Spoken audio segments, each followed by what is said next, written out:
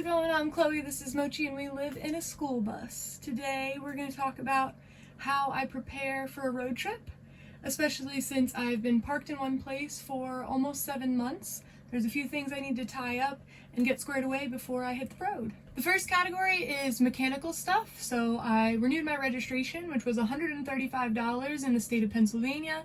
I made an appointment for my inspection, which I should have done a little bit sooner because I'm cutting it kind of close. And I checked everything that I know how to check on my vehicle.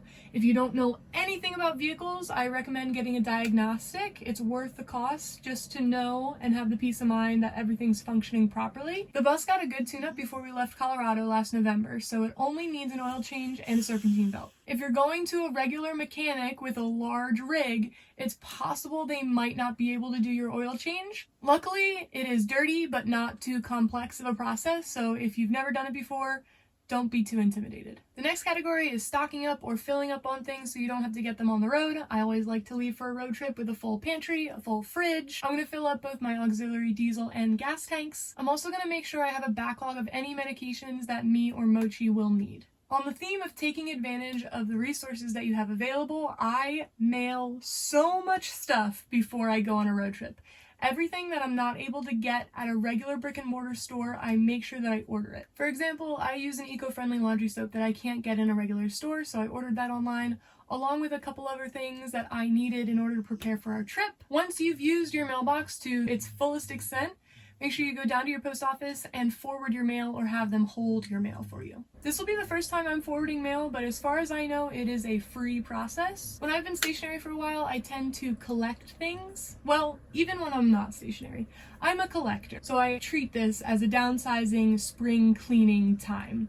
I move a lot of stuff out and a lot of stuff in, just reassess what I have, what do I need, what do I not need, so that I am optimized for my upcoming trip. The next thing you probably already assumed, but that is to check all of your systems as far as appliances are concerned, fridge, air conditioner, heater. I've been gradually testing all my systems over the last couple months, and that way if something is going wrong, you can get to it and fix it before it's too late. My last piece of advice is to not panic.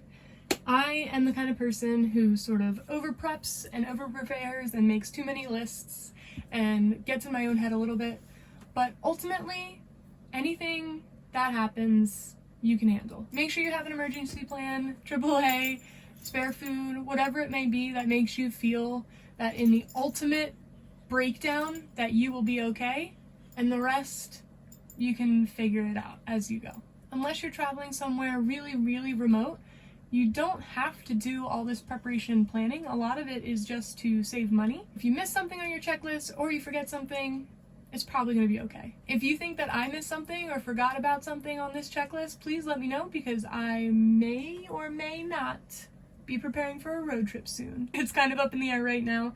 I'm doing all the preparations just in case.